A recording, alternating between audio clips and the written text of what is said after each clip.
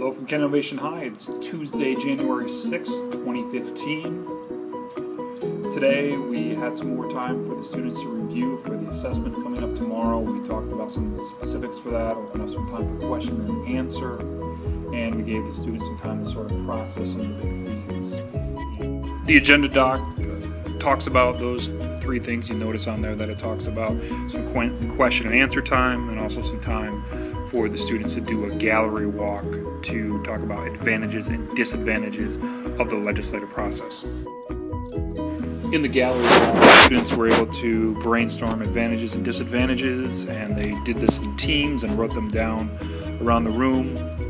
After they wrote down advantages and disadvantages, the students moved around the room and wrote down what they thought were some of the big ideas, and we discussed those out so the students had some kind of concept. The students, of course, also had some time to work on their projects today. They continue to make progress on that, and they're doing some really good stuff. We're excited to see what's going to come about next week and some great ideas. It'll be wonderful to share. The last thing is just kind of a reminder that obviously we have the assessment tomorrow. The big piece on that is for students to demonstrate an overall understanding of how a bill becomes a law.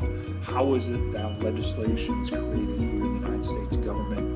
And the students need to be able to understand that enough so that they can be critical of that process and talk about what they think are some pros and some cons, and some advantages and some disadvantages. If the students can do that, they're going to do great.